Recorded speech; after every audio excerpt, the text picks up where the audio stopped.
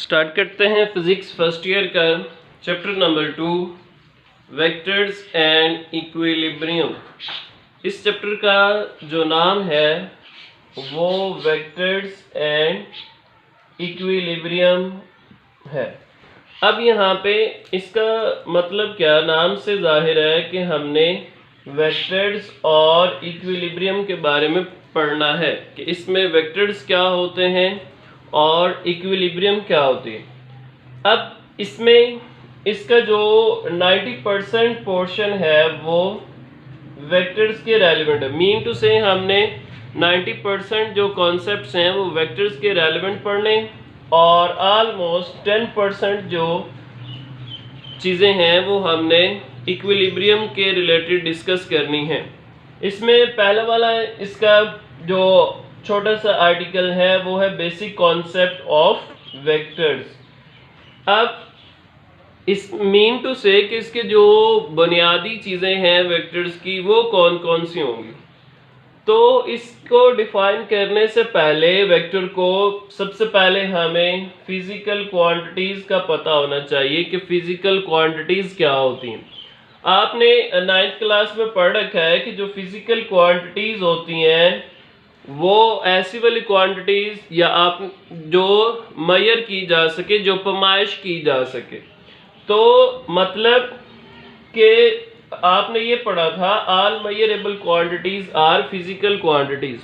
तो हम इसको मज़ीद थोड़ा एक्सप्लेन करते हैं कि फिजिकल क्वांटिटीज़ क्या होती हैं। Those quantities which can be measured, जिसको क्या किया जा सके, पैमाइश किया जा सके, उनको ऑब्जर्व किया जा सके और इसके अलावा उसकी कुछ जो है वो फिजिकल सिग्निफिकेंस हो। ऐसी वाली क्वांटिटीज़ को हम क्या कहते हैं, फिजिकल क्वांटिटीज़ का नाम देते हैं।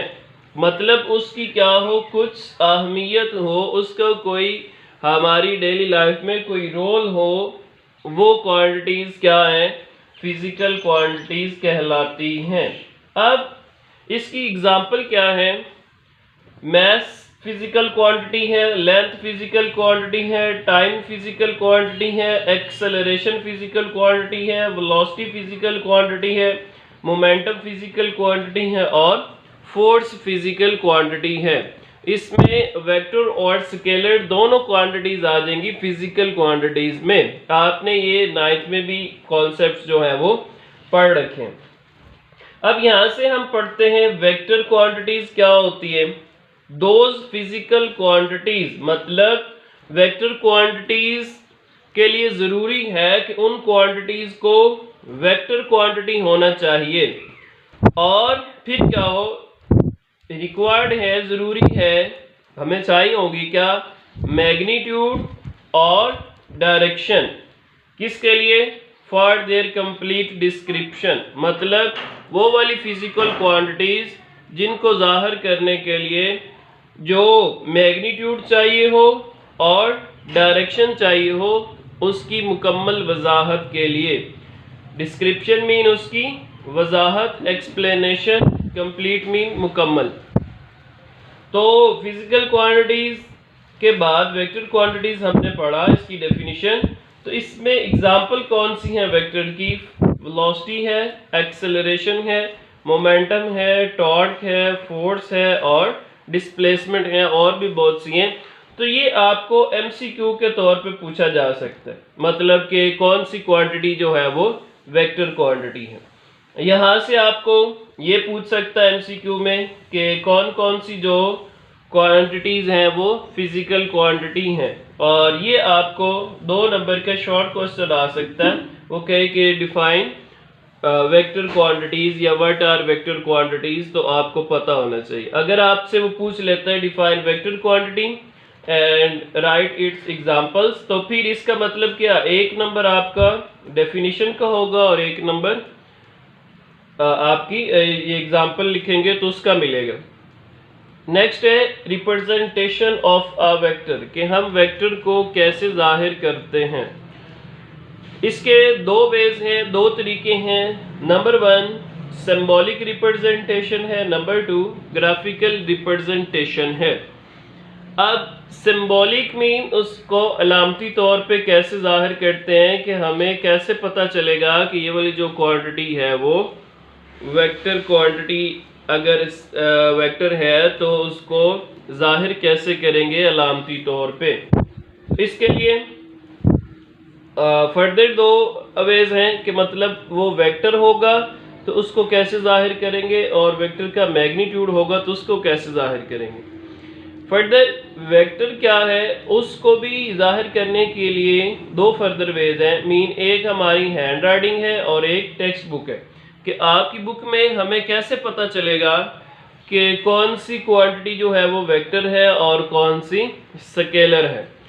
तो इसमें हम अपनी हैंड राइटिंग में कैसे लिखेंगे, कोई भी हमारे पास एक वेक्टर है तो हम उसके ऊपर एरो हेड लगा देंगे। एरो हेड मीन एक तीर का निशान लगा देंगे, वो ऊपर भी हो सकता नीचे भी हो सकता। मीन यहाँ पे मैंने लिखा ये एक लेटर है हमारे पास, लेटर मीन कोई भी अल्फ़ाबेट है आपके पास, ABCD कोई भी है, ये उसमें लोअर केस में भी हो सकते हैं।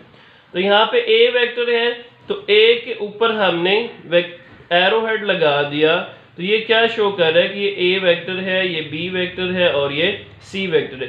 इसको हम यूं भी जाहिर कर सकते हैं कि ये एक वेक्टर है और उसके आप नीचे एक एरो हेड लगा दें, तो इसका मतलब भी A वेक्टर ही है। अब टेक्स्ट बुक वाला आपकी बुक में कैसे वेक्टर को डिनोट करेगा, उन लेटर्स को बोल्ड कर देगा। बोल्ड मीन थोड़ा सा बड़ा करके लिख देगा, तो ये उसकी रिप्रेजेंटेशन होगी। ये जस्ट आपकी अंडरस्टैंडिंग के लिए है। मीन आगे जो आर्टिकल्स आएंगे तो उसमें हमने ये देखना है कि कौन सी जो रिप्रेजेंटेशन है वो वेक्टर की है और कौन सी उसका मैग्नीट्यूड है, क्या स्केलर है क्या वेक्टर है, ये हम उसको डिफ्रेंशिएट कर पाएंगे उसकी सिंबॉलिक रिप्रेजेंटेशन से।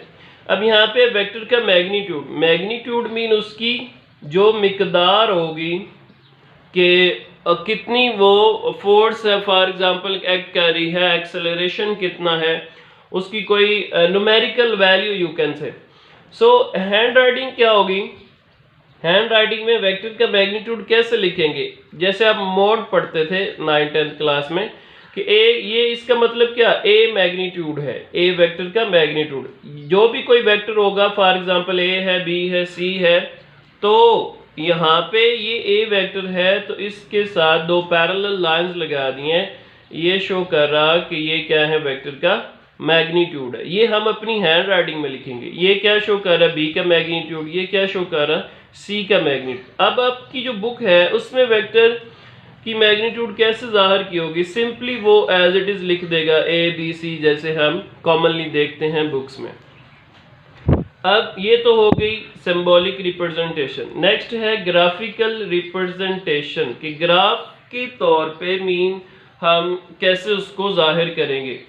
एक स्ट्रेट लाइन लगाते हैं विद एन एरो हेड, ये एरो हेड है, इसको हम सिंपली हेड या टिप भी कहते हैं, और ये इसका जो स्टार्टिंग पॉइंट है इसको हम टेल बोलते हैं।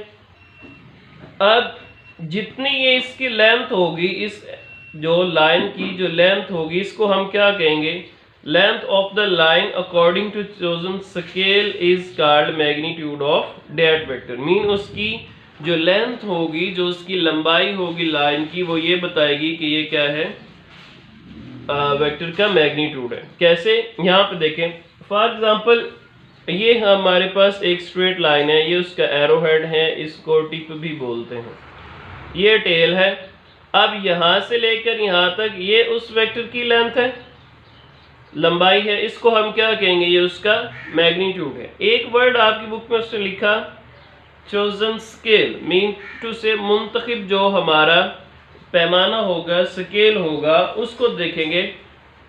सपोज कर लें कि एक जो है 100 किलोमीटर का डिस्प्लेसमेंट है टूवर्ड्स ईस्ट, तो हम 100 किलोमीटर का जो है वो तो वेक्टर नहीं ड्रा करेंगे, या इतना बड़ा पेज कहाँ से लाएंगे, तो उसके लिए हम एक स्केल सेट करते हैं कि जो सिंपली 1 किलोमीटर होगा वो 1 सेंटीमीटर के इक्वल होगा। अगर 10 किलोमीटर है तो हम क्या कर देंगे, सिंपली जो है वो 10 सेंटीमीटर का एक वेक्टर जो है वो ड्रा कर देंगे। यहाँ पे सेंटीमीटर जो है हम लिखेंगे कि 1 किलोमीटर 1 सेंटीमीटर को 10 जो किलोमीटर होगा वो कितना आ जाएगा, 10 सेंटीमीटर का एक वेक्टर लगा देंगे जो इसको जाहिर करेगा कि ये ईस्ट की तरफ कि 100 किलोमीटर का जो वेक्टर है वो 10 सेंटीमीटर के बराबर होगा। ये हमारा स्केल है, ये हमारा पैमाना है। इसके रेलेवेंट आपको कोई सवाल हो, कोई आपका क्वेश्चन हो,